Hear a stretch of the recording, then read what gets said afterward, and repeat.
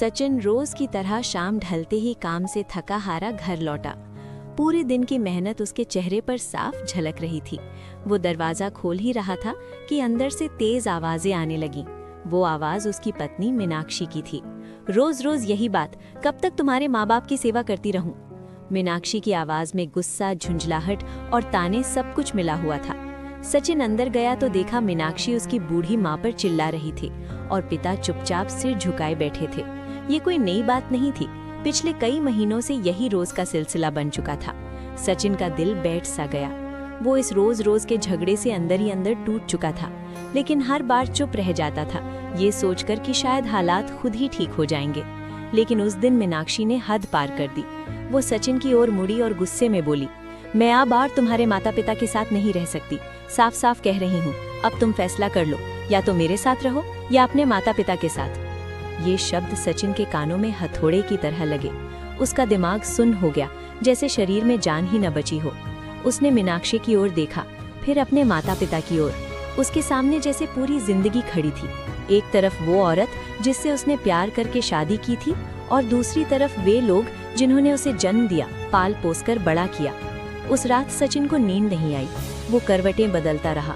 कभी माँ का चेहरा आंखों में आता, कभी पिता के कांपते हाथ और कभी मीनाक्षी की कड़वी बातें। मैं क्या करूं?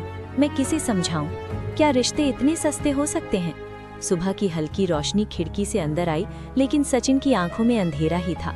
वो चुपचाप उठा, बिना किसी से कुछ कहे आंगन में गया और दीवार से टिकी कुल्हाड़ी उठा ली। ये सब मीनाक्षी देख रही थी। सुबह सुबह कुल्हाड़ी, कहाँ जा रहे हो? उसने सवाल किया। सचिन बिना कुछ बोले खेत की ओर चल पड़ा। कुछ देर बाद मीनाक्षी भी उसके पीछे पीछे चलने लगी। खेत के बीचों बीच एक बहुत बड़ा पुराना पेड़ खड़ा था, वही पेड़ जिसने कभी उन्हें भूखा नहीं सोने दिया था। सचिन उस पेड़ के नीचे जाकर खड़ा हो गया। मीनाक्षी ने हैरानी से पूछा, इस कुल्हाड़ी से क्या करोगे? सचिन ने गहरी सांस ली और बहुत धीमी आवाज में कहा, मैं इस पेड़ को काटूंगा। ये सुनते ही मीनाक्षी भड़क उठी, तुम पागल हो गए हो क्या? इस पेड़ को काटोगे?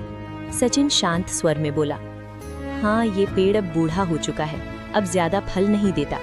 मीनाक्षी को जैसे आग लग गई। तो क्या हुआ? क्या इंसानियत नाम की भी कोई चीज होती है या नहीं? वो पेड़ की ओर देखकर भावुक हो गई। तुम्हें याद है इस पेड़ ने हमारा कितना साथ दिया है? अगर आज हम जिंदा हैं तो इसी पेड़ की बदौलत। इसके फल बेच बेच कर हमने अपनी जिंदगी चलाई थी। सचिन चुपचाप सब सुनता रहा। मीनाक्षी की आवाज भर्रा गई। कल इस पेड़ ने हमारा पालन पोषण किया, और आज जब ये बूढ़ा और असहाय हो गया है तो तुम इसे खत्म कर देना चाहते हो।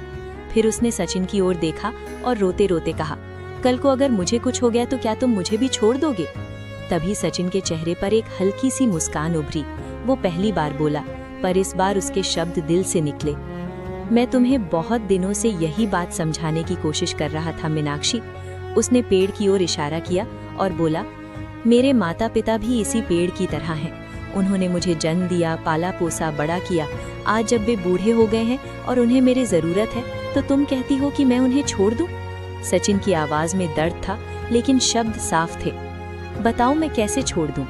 मीनाक्षी की आंखों से आंसू बहने लगे। उसे अपनी गलती साफ दिखाई देने लगी। वो सचिन के पास आई, उसकी ओर देखकर रोते हुए बोली, मुझे माफ कर दो, मैं गलत थी, बहुत गलत। सचिन ने कुल्हाड़ी जमीन पर रख दी। पेड़ अब भी खड़ा था और रिश्ते भी।